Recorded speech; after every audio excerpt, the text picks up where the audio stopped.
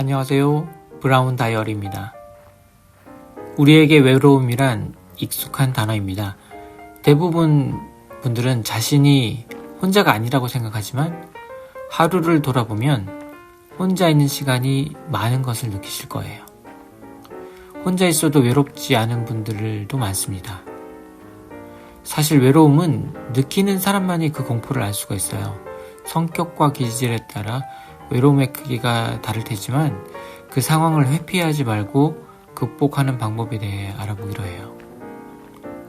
오늘 이야기에 앞서 제가 영상 제작에 힘이 될 수 있도록 구독과 좋아요 부탁드려요.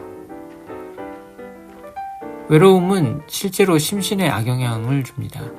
외로움이 심리에 영향을 주어 우울증으로 발전하고 스트레스가 육신에 영향을 주면서 근력이 줄어들고 염증이 만들어지면서 몸이 아프기 시작합니다.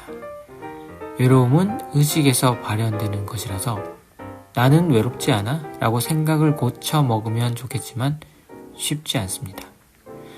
매우 높은 성찰과 철학적 사유를 통해 길러지는 것이 마음의 근육입니다. 마음의 근육은 독서와 공부를 통해 꾸준히 연마하시고 오늘은 외로움을 당장 없애는 방법, 그러니까 관계를 복구하고 누군가와 소통할 수 있는 환경을 만드는 방법에 대해 알아보기로 해요. 누군가와 소통하려면 최소한 연락은 해야 됩니다.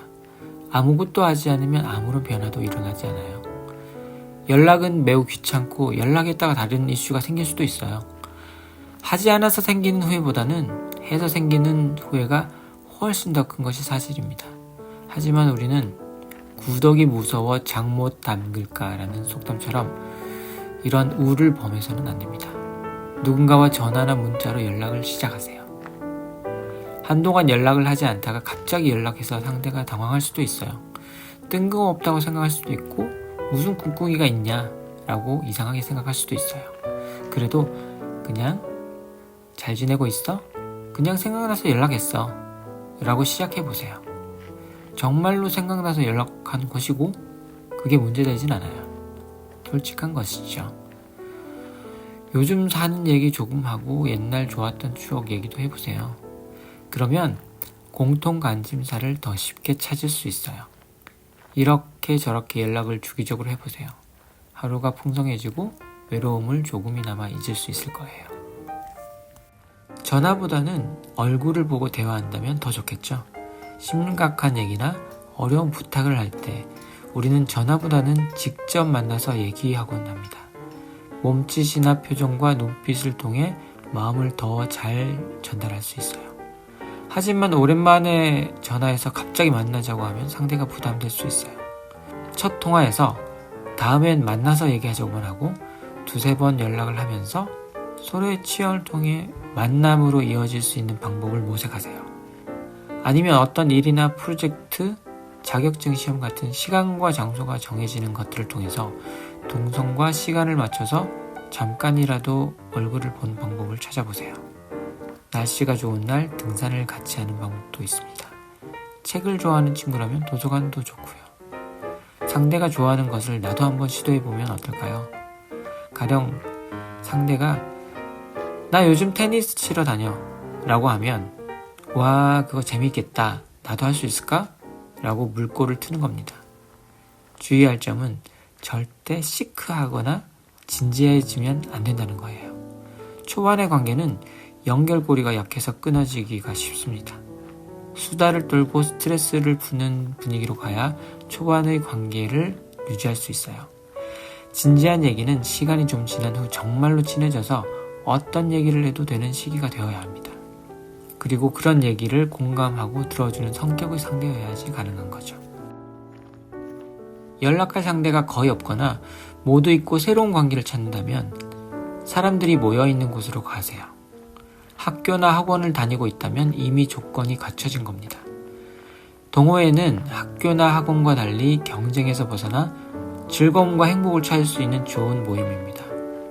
댄스, 축구, 야구, 테니스, 독서, 아니면 사교 모임, 이런 많은 동호회가 있습니다.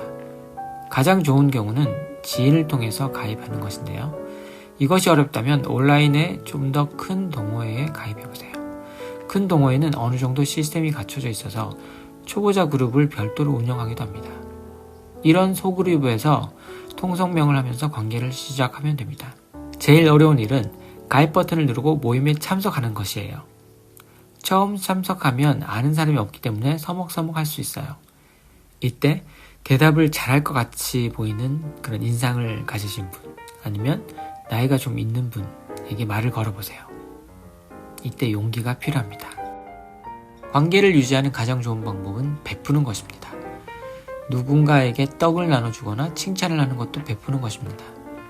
최상의 베품은 봉사죠. 아무런 대가 없이 인간애를 발현하여 누군가에게 도움을 주는 것입니다.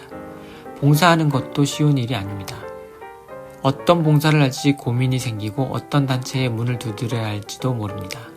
자신의 시간을 할애하고 상대가 원하는 방식으로 일을 해야 합니다. 귀찮고 힘들고 집에 가고 싶을 수도 있습니다. 누군가에게 가치를 전달했다는 하나의 성공이 있습니다. 그리고 관계가 남습니다. 봉사단체 찾기가 어렵다면 종교활동에서 찾아보세요. 종교는 동호회의 성격도 포함되어 있고 봉사의 성격도 있습니다. 종교인은 나름의 성찰과 철학이 들어있어 마음의 고통으로부터 벗어나는 여러 가지 조언을 얻을 수도 있습니다. 종교도 단체인인 만큼 사람이 움직여야 단체가 유지됩니다. 행정 업무나 주차 의원을 하는 것도 봉사의 일환입니다. 지금까지 설명드린 방법은 상대를 만들어 외로움에서 벗어나는 방법이었습니다. 몰입은 상대가 아닌 나 스스로 무언가에 집중함으로써 외로움을 잇는 방법입니다. 몰입은 행복으로 연결될 수도 있어요. 취미, 일, 놀이 등 여러 가지 몰입의 콘텐츠가 있습니다. 콘텐츠는 결국 자신이 좋아하는 것일수록 몰입이 잘 되고 잘 하지는 못해도 건설적이거나 약간의 성장이 되는 분야라면 더 좋습니다. 그림 그리기, 사진 찍어서 편집하기, 퍼즐 맞추기, 블럭 만들기, 운동, 노래 연습 이외에도 무궁무진합니다.